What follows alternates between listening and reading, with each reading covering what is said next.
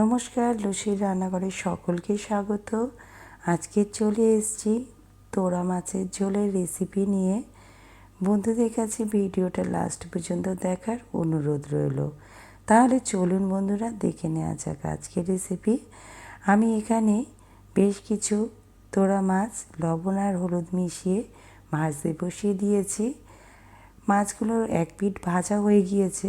এখন আমি মাছগুলোকে উল্টিয়ে দিচ্ছি আর অপর পিঠটা একইভাবে লাল করে ভেজে নিচ্ছি। বন্ধুরা, এই তোরা মাছ বলে আগের দিন ভেজে পরের দিন রান্না করে টেস্টটা আরও নাকি বেশি ভালো হয়। আমার মা ঠাম্মাদের মুখে এই কথাটা শুনেছি, কিন্তু ভিডিওটা বানানোর জন্য আমি মাছটা সদ্য ভেজেই রান্নাটা করছি। দেখুন, এখানে মাছগুলো ভেজে নেওয়া হয়ে গিয়েছে। এখন মাছগুলোকে অন্য একটা পাত্রের মধ্যে তুলে নিচ্ছি। কড়াতে যে তেলটা রয়ে গিয়েছে ওই তেলের মধ্যেই দিয়ে দিলাম কিছু পাঁচ ফোড়ন। এখন দিয়ে দিচ্ছি পেঁয়াজ কুচি। এখানে একটা বড় সাইজের পেঁয়াজকে আমি ছোট ছোট করে কুচিয়ে নিয়েছি। প্রথমে পেঁয়াজটাকে কিছুক্ষণ ভেজে নিচ্ছি। গ্যাসের ফ্লেমটাকে এই সময় আমি লো টু মিডিয়ামে রেখেছি। এখন দিয়ে দিচ্ছি 1 চামচ রসুন বাটা। পেঁয়াজের সঙ্গে রসুন বাটাটাকে কষিয়ে নেব। রসুনের কাঁচা গন্ধটা চলে যাওয়া পর্যন্ত এইভাবে আমি কষাতে থাকছি। বেশ কিছুক্ষণ ধরে পেঁয়াজের সঙ্গে রসুনটাকে কষিয়ে নিয়েছি। এখন দিয়ে দিচ্ছি 1 চামচ আদা বাটা। আদা বাটাটাকে দিয়েও আরও কিছুক্ষণ কষিয়ে নেব। বেশ কিছুক্ষণ ধরে কষিয়ে নেওয়া হয়ে গিয়েছে। এখন এর মধ্যে দিয়ে দিচ্ছি একটা টমেটো আর দিয়ে দিচ্ছি স্বাদ মতো লবণ। এবারে আমি সমস্ত কিছুক্ষণ ধরে কষিয়ে নিচ্ছি। টমেটোটা অনেকটাই নরম হয়ে গিয়েছে। এখন এর মধ্যে আমি দিয়ে দেব আলুগুলোকে। এখানে আমি আলুগুলোকে লম্বা লম্বা করে কেটে হালকা একটু সিদ্ধ করে নিয়েছি।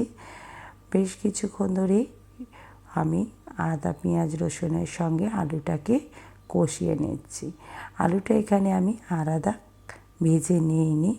আপনারা যদি চান আলুটা ভেজে নিয়েও দিতে পারেন, কিন্তু মশলার সঙ্গে এইভাবে আলুটা ভেজে রান্না করে দেখবেন, দারুণ খেতে হয়।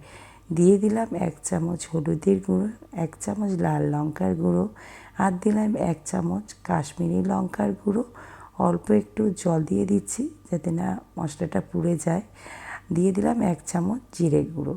বন্ধুরা, আমার রান্না মানে কিন্তু খুবই অল্প তেলের রান্না। আমি একটু জল দিয়েই রান্না বেশি কষিয়ে নিই।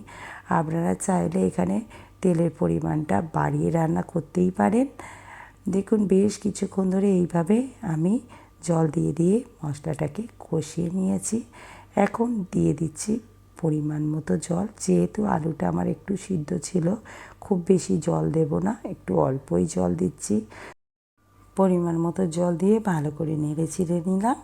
এখন আমি দিয়ে দেব ভেজে রাখা মাছগুলোকে। যেহেতু আমার আলুটা সিদ্ধ ছিল, ওই জন্য আলু সিদ্ধ করার তো দরকার নেই, মাছগুলোকে ওই জন্য প্রথমেই দিয়ে দিলাম। এবারে আমি ঝোলটা ফোটার জন্য অপেক্ষা করছি। দেখুন, বেশ ভালো করে ঝোল ফুটে উঠেছে। এখন ওপর থেকে কিছু ধনেপাতা কুচি ছড়িয়ে দিলাম আর 2 থেকে 3 মিনিট ফুটিয়ে নিয়ে ঝোলটাকে আমি নামিয়ে নেব। দেখুন বন্ধুরা, আমার কিন্তু তোরা মাছের ঝোল রেডি হয়ে গিয়েছে। দেখতে পাচ্ছেন বন্ধুরা কত সুন্দর দেখতে হয়েছে। এখন গ্যাসের ফ্লেমটাকে অফ করে দিচ্ছি আর পরিবেশনের জন্য নামিয়ে নিচ্ছি। বন্ধুদের আজকের এই রেসিপি কেমন লাগলো তা কমেন্টের মাধ্যমে জানাবেন। রেসিপিটি ভালো লেগে থাকলে ভিডিওটিতে একটি লাইক করবেন, অন্য বন্ধুদের সাথে শেয়ার করবেন। আর আমার রেসিপি আপনাদের ভালো লেগে থাকলে চ্যানেলটিকে সাবস্ক্রাইব করার অনুরোধ রইল। আজকের রেসিপি তাহলে এই পর্যন্ত। আবার ফিরে আসছি আগামী দিন নতুন রেসিপি নিয়ে।